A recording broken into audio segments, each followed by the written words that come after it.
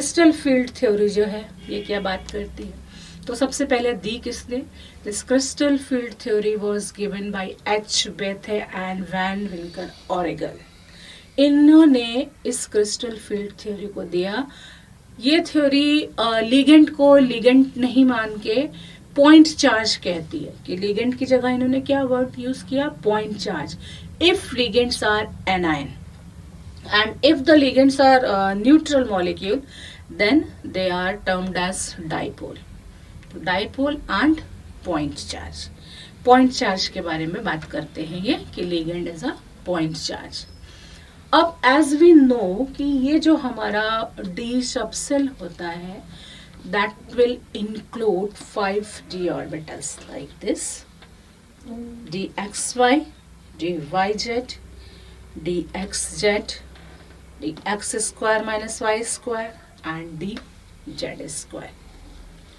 अब out of these 5 orbitals, dxy, dyz and dxz situated between the coordinate axis. See here, ये हमको दिख रहा है dxy, yz और dxz.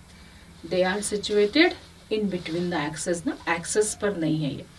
और बाकी के जो 2 ऑर्बिटल हैं हमारे d z square and d x square minus y square, they are along the axes, ये एक्सेस पर ही है। तो ये जो 3 ऑर्बिटल एक तरफ और 2 ऑर्बिटल एक तरफ, यानी 5 जो हैं वो 2 सेट में डिवाइड हो गए। ये 5 ऑर्बिटल, एक हमारा T2G सेट और दूसरा हमारा EG।